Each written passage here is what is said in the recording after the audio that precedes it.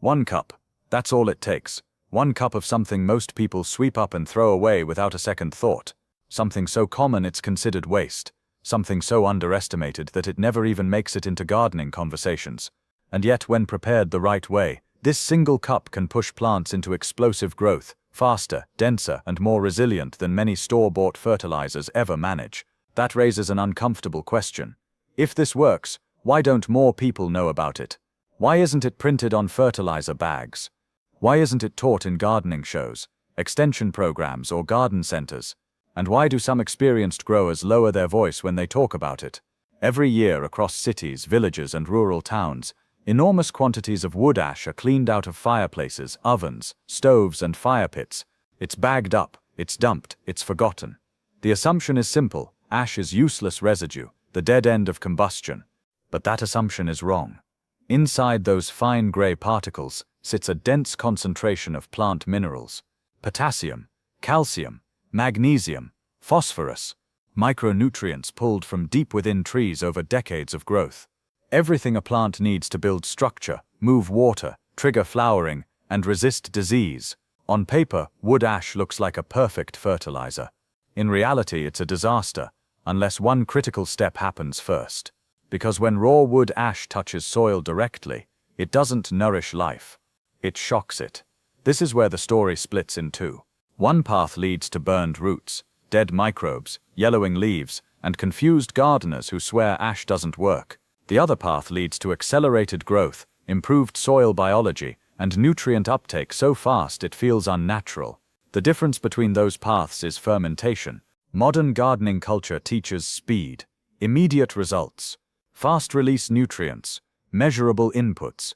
But fermentation belongs to a different tradition, one built on patience, biology, and transformation rather than force. When wood ash meets water alone, very little happens. But when ash meets water, time, and a small source of sugar, something entirely different begins. A biological process wakes up. Microorganisms, many already present in the environment, begin to feed. They multiply. They metabolize. They produce organic acids that change the chemistry of the ash from the inside out. What was once harsh becomes gentle. What was once locked becomes mobile. What was once hostile becomes supportive. This is not folk magic. It is biochemistry. Yet despite how effective this transformation is, it exists almost entirely outside the commercial fertilizer world. And that absence is not accidental. The global fertilizer industry is enormous. It depends on standardization, shelf stability, branding, repeat purchases, and controlled formulations. Fermented ash fits none of those requirements. It is alive. It changes over time. It depends on local materials. And once you know how to make it, you no longer need to buy much of anything. That alone explains why it makes people nervous. But before understanding why fermented ash is quietly avoided, it's necessary to understand why raw ash fails so completely. At first glance, raw wood ash seems like a gift. It contains the exact minerals plants crave. But minerals do not feed plants simply by existing. They must be soluble, they must be in a form roots can absorb, and they must not destroy the biological partners plants rely on to survive. Raw ash fails on all three counts. The minerals in untreated ash are trapped in rigid crystalline structures. They dissolve extremely slowly. Weathering can take months or years. Plants don't have that kind of time. They need nutrition now, during active growth. But slow release is not even the main problem. The real danger is alkalinity. Raw wood ash has a pH that can reach 10, 11, even 12. That's not mildly alkaline, that's caustic. Most productive soils sit between pH 6 and 7.5. When raw ash is added directly to soil, it doesn't improve it, it destabilizes it. Beneficial microbes die almost immediately. Fungal networks collapse. Roots suffer chemical burns. Nutrient exchange shuts down. Plants may be surrounded by minerals, but they are biologically cut off from them. This is why so many gardeners try ash once and swear it off forever. Leaves yellow. Growth stalls. The soil feels lifeless, and the ash takes the blame, when in reality, it was used in its most destructive form. Older agricultural traditions understood this risk. Raw ash was never applied casually. It was aged, composted, diluted, or transformed. Somewhere along the line, that knowledge was lost or ignored. Fermentation restores it. The turning point in this story emerged during a period of scarcity, not abundance. In the mid-20th century, Korea was rebuilding after war. Farms were damaged, supply chains were broken, chemical fertilizers were expensive, imported, and increasingly tied to political and economic dependency. In that environment, a farmer named Cho Han-kyu asked a question that modern agriculture rarely asks anymore. What can the land itself provide? Instead of importing solutions, he studied biology. He experimented with fermentation. He observed how microorganisms behaved when given the right conditions. And slowly he assembled a system that later became known as Korean natural farming. One of his most surprising discoveries involved waste, materials everyone else discarded, wood ash included. When ash was mixed with water and a small amount of carbohydrate, brown sugar, honey, grain mash and left to ferment, it stopped behaving like ash. Microbial life transformed it. Yeasts and lactic acid bacteria multiplied rapidly. As they fed, they produced organic acids, lactic, acetic, citric. These acids were mild but persistent. They penetrated the ash's mineral structures and began breaking them apart. Not violently. Gradually, they loosened the bonds holding calcium and potassium in crystalline form. They wrapped these minerals in organic compounds that plants recognize. They reduced alkalinity without eliminating mineral content. The ash didn't dissolve, it evolved. This process didn't just change chemistry, it activated biology. Once fermented, the ash no longer attacked soil life. It supported it. Instead of killing microbes, it fed them. Instead of blocking nutrient uptake, it accelerated it. Plants responded immediately. Growth surged not because more nutrients were added, but because nutrients became available in the right form, at the right time, in a biologically compatible way. This is where the story becomes uncomfortable for industrial agriculture. Fermented ash cannot be patented. It cannot be standardized globally. It cannot be frozen in time on a shelf. Its power depends on fermentation, on living systems, on local conditions, and on the grower's independence. And independence is dangerous to industries built on dependency. The result is not an outright ban, but something quieter: silence, omission, a method that works, but is rarely mentioned, a solution that spreads by word of mouth instead of advertising.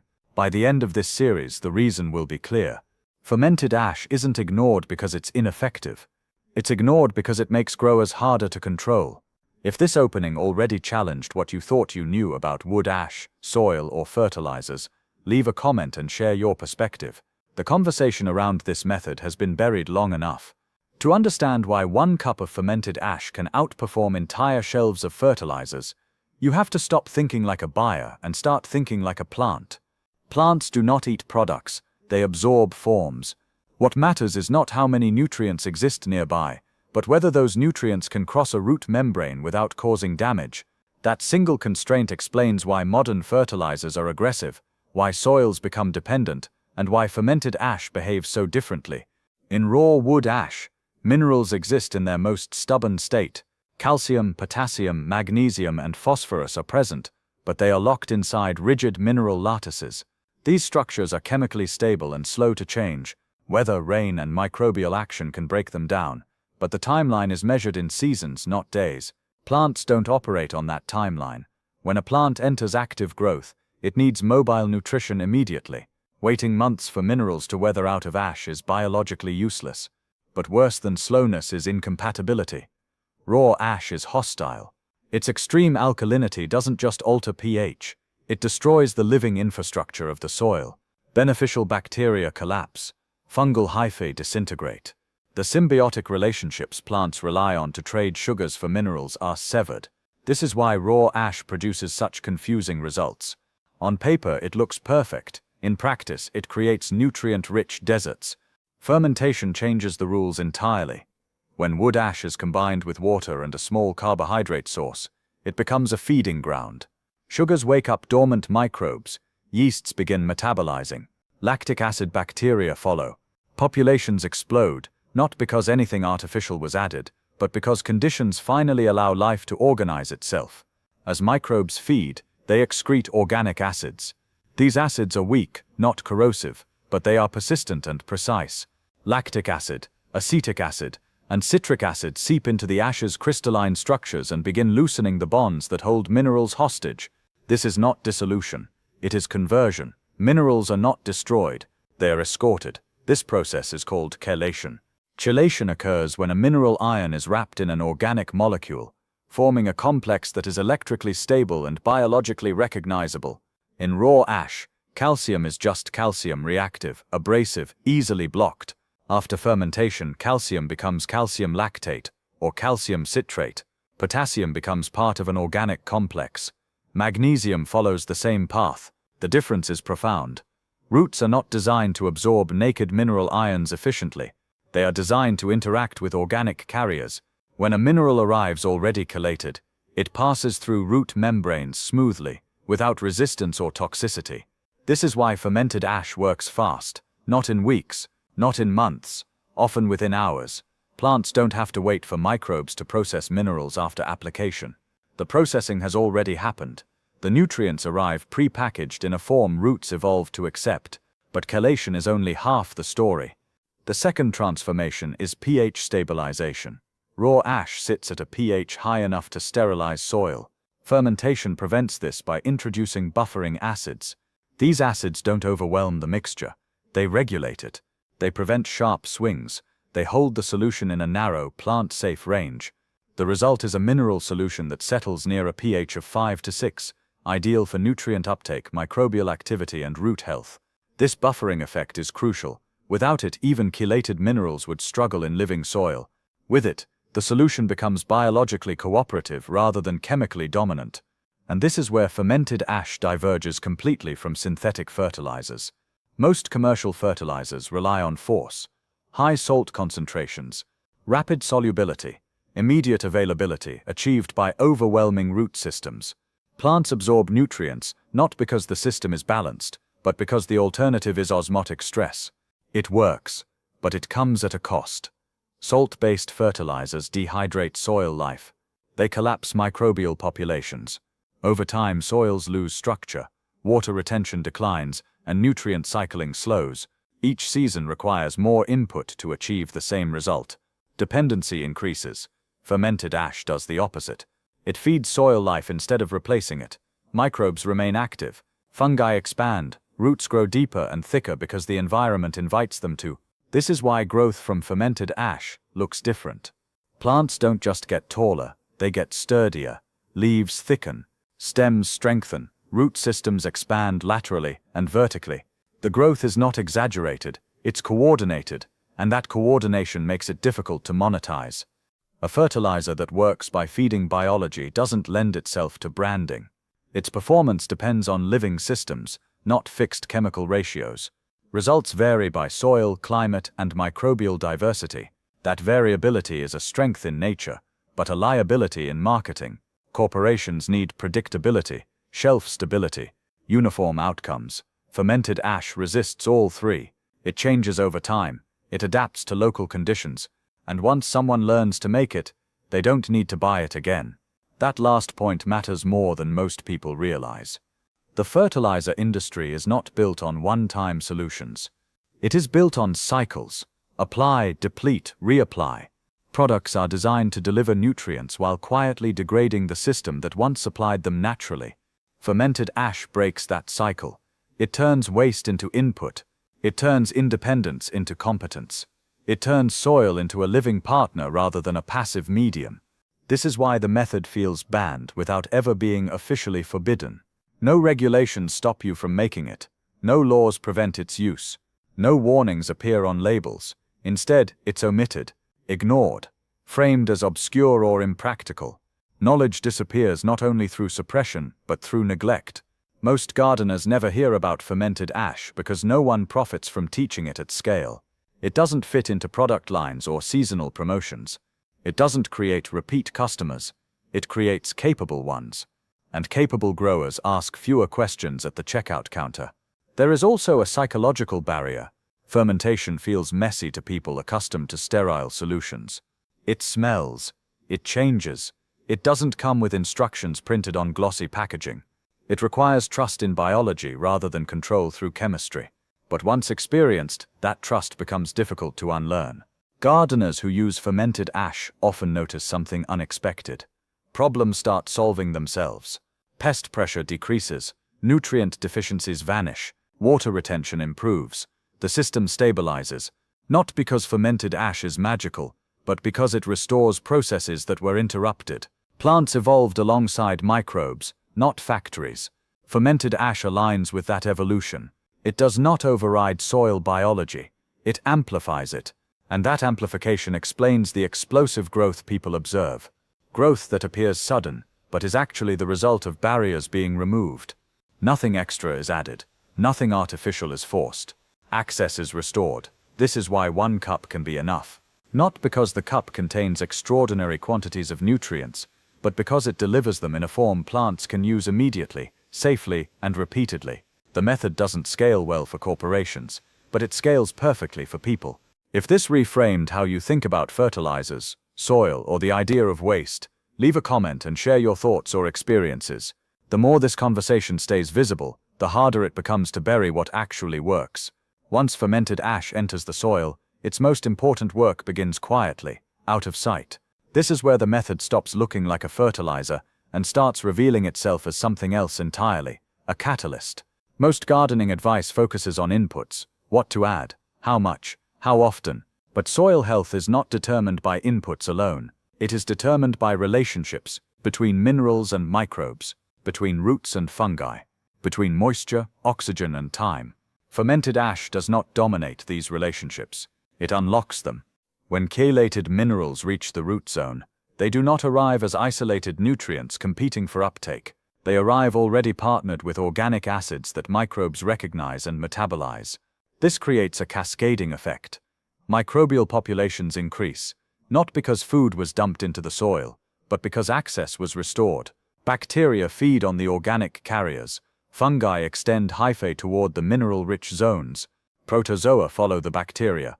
Nematodes follow the protozoa. A functional soil food web begins rebuilding itself almost immediately. This is why plants respond so quickly.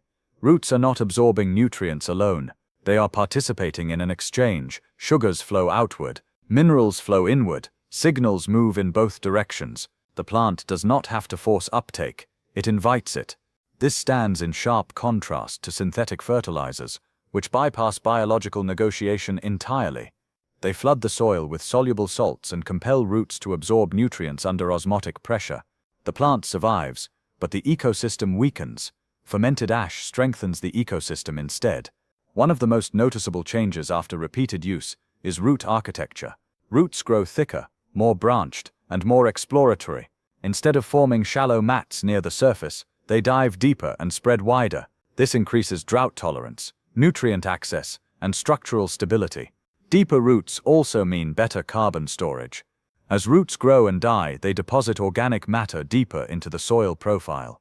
This feeds long-term fertility rather than short-term growth spikes. Leaves reflect this shift as well. Instead of thin, water-heavy growth, plants develop thicker cuticles. Stomata regulate more efficiently. Transpiration becomes balanced rather than excessive. Plants lose less water while maintaining high photosynthetic output. This is why gardens treated with fermented ash often require less watering overall. The mineral balance plays a key role here. Potassium improves water regulation. Calcium strengthens cell walls. Magnesium supports chlorophyll production. When these elements arrive together in a bioavailable form, the plant can coordinate growth instead of compensating for deficiencies. Coordination is the key word. Most plant problems are not caused by a lack of nutrients, but by imbalances. Too much nitrogen without enough potassium, calcium present but inaccessible, magnesium competing with calcium instead of complementing it. Fermented ash does not flood the system with a single dominant element. It delivers a spectrum, slowly and cooperatively. That spectrum mirrors what trees accumulated over decades of growth before becoming ash. In that sense, fermented ash is not adding something foreign, it is returning something borrowed. This return has implications beyond individual plants. Soils treated this way become more resilient to extremes. Heavy rain does less damage because structure improves. Dry periods cause less stress because water retention increases. Temperature swings matter less because biological activity buffers change. Pest pressure often decreases as well. This surprises many growers. Fermented ash is not a pesticide. It does not kill insects, but healthier plants send different chemical signals. They produce fewer stress compounds that attract pests. They maintain stronger cell walls that are harder to penetrate. Beneficial insects find a more stable habitat. Disease pressure follows the same pattern. Fungal pathogens struggle in biologically diverse soils where beneficial organisms occupy ecological niches. Leaves dry more evenly. Roots resist rot. The entire system becomes less inviting to opportunistic infections. None of this is accidental. It is the result of restoring feedback loops that modern agriculture often breaks. When people say fermented ash makes plants explode with growth, they are describing the visible outcome of invisible alignment. Growth accelerates because friction is removed. Energy once spent compensating for deficiencies or stress is redirected toward development. The speed can feel shocking, especially to gardeners used to incremental changes. But this speed is not artificial. It is what happens when constraints disappear. This brings us to the question many people hesitate to ask directly. If fermented ash is so effective, why is it treated like a secret? The answer lies not in regulation, but in compatibility. Fermented ash does not fit neatly into modern agricultural frameworks. It resists standardization. Its effectiveness depends on local biology. Its preparation varies slightly depending on temperature, microbial populations, and materials used. From an industrial perspective, that variability is unacceptable. Corporations need uniformity. They need products that behave the same way everywhere, regardless of context. They need predictable outcomes that can be marketed and insured. Living systems do not offer that. Fermented ash also undermines dependency. Once a grower understands fermentation, they can apply the same principle to many materials: plant residues, mineral dusts, food scraps, knowledge compounds. Purchases decline. This is not a flaw, it is the point. But systems built on recurring sales cannot encourage methods that reduce consumption, so fermented ash is sidelined. Not by bans, but by omission. It does not appear in extension manuals. It is not taught in certification programs. It is dismissed as alternative rather than evaluated on its outcomes. Yet it continues to spread quietly, through gardeners sharing jars, through farmers experimenting off-record, through results that are too obvious to ignore. This quiet spread mirrors how agricultural knowledge traveled for most of human history, horizontally, not top-down. It also explains why the method often reappears during periods of crisis, when supply chains break, when fertilizers become expensive, when soils fail despite increased inputs. Fermented ash thrives in constraint. It turns scarcity into advantage. That does not mean it is a universal solution. No method is, but it fills a gap modern systems leave wide open: how to feed plants without degrading the soil that feeds them. As awareness grows, resistance often follows, not from gardeners but from institutions. Anything that empowers individuals at the expense of centralized control will encounter friction. But friction does not stop biology. Soils respond to what works. Plants respond to access. Microbes respond to opportunity. Fermented ash provides all three. If this part of the story helped clarify why the method feels hidden rather than prohibited, share your thoughts in the comments. Many people sense something is missing in modern gardening. This is one of those missing pieces, and the more openly it's discussed, the harder it becomes to pretend it doesn't exist. What makes fermented ash powerful is not mystery, rebellion, or secrecy. It is alignment. Alignment with biology instead of markets. Alignment with soil processes instead of shortcuts. Alignment with how plants have always learned to feed themselves. Nothing here violates science. Nothing here requires belief. The method works because it removes barriers that never needed to exist in the first place. This is why it feels banned without ever being forbidden. A system that creates independence does not need to be outlawed. It only needs to be ignored. But soil does not ignore what works. Plants do not care about business models. They respond to access, balance, and life. If this changed how you see ash, soil, or fertilizers, leave a comment.